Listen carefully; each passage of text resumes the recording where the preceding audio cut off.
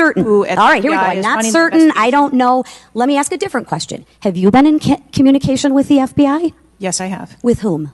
I speak with the director and the deputy director. Okay. And what have they shared with you about this investigation? So I'll give you an opportunity to answer again. Did they share with you how many shell casings were on the roof? They have shared with me the evidence. Did they share with you how many shell casings were on the roof? Try and think in your own life the last time someone used that cadence when they were addressing you. It's my personal goal to never have to be spoken to like that again in this voice. How many shell casings were there on the roof? Right, so you know, are you going to tell us? I can't tell you, not without unraveling the very fabric upon which democracy, I don't mean democracy as an electoral process, but democracy is a set of institutions that have plainly become corrupted and hypocritical and operate at the behest of powerful interests. I can't tell you about the shell casings without all of this falling apart, and I've already actually done a deal. I'm out of here, baby. Imagine how Kimberly feels now. That woman must be rocketing to another dimension of pure relief and relaxation. What's she going to do as her next job? Is she going to work at a water park? She's going to have a very relaxing future. That woman is going to eschew, I would say, pressure going forward for some time. Yes. Okay, how many were there? I would refer to the FBI for how many were there? And their information that they need to share in their investigation. So they've shared the information with you. You just don't want to share the information with us, correct? We have concurrent investigations that are going on. So they have shared this information with you. You know the answer to the question. You just refuse to answer the question from the member of Congress who has subpoenaed you to be here. Is there a different answer to that question? And yet you still do not have your PE kit with you. How many times do we have to tell you? And yes, I told you to be home at 11, and it is now 1:15 midnight. How many more times do I have to tell you?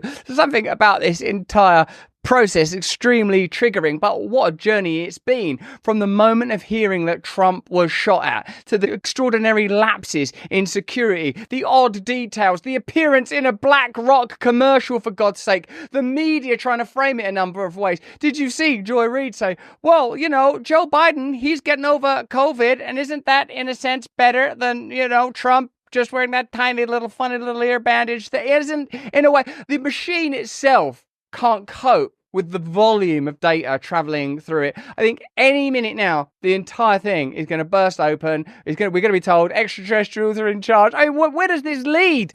I was always willing to come here and testify before this oversight hearing. Beautiful. Then let's do that. Let's for once have your actions match your words. I mean, that's actually now an assessment of her whole nature. So you've been in communication with the FBI. You know the answers, and you refuse to tell us the answers. So I will ask you again. You know how many shell casings were on that roof. What is the answer to that question? I think it's pertinent. What is the answer to that question? I mean, actually, thinking about it, a resignation is not really sufficient, is it? Because if there has been conspiracy, if the reason that we don't know about the number of shell cases on that slopey roof, it's so slopey up here, how can we even look?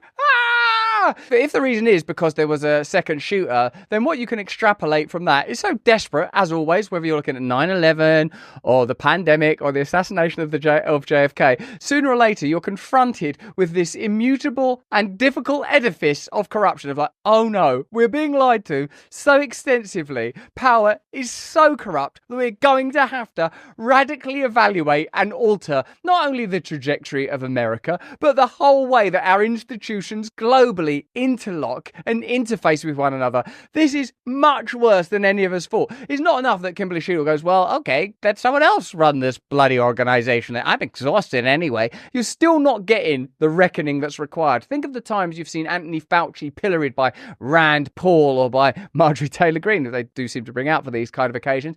What's happened? Has there been, do you think, a proper assessment of whether it's excess deaths or adverse events or the efficacy of lockdowns or the origin of the virus? What we are living in, indeed, is a post-truth time, and that was always something that was attributed to Trump. That was a Trump problem. But actually, it's not, is it? It's an institutional, bureaucratic problem that happens when you have technology with this power and capacity, media that's this immersive, and bureaucracies that are this powerful. Do any of us really believe that we're going to get told, yeah, this was a deep state operation, same as JFK? That's not going to happen, is it? People are going to go to their graves with this information, and some of them will go to their graves quite quickly.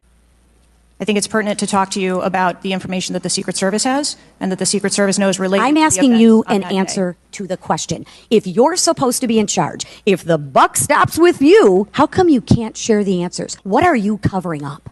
What are you hiding, my friend? What are you covering up?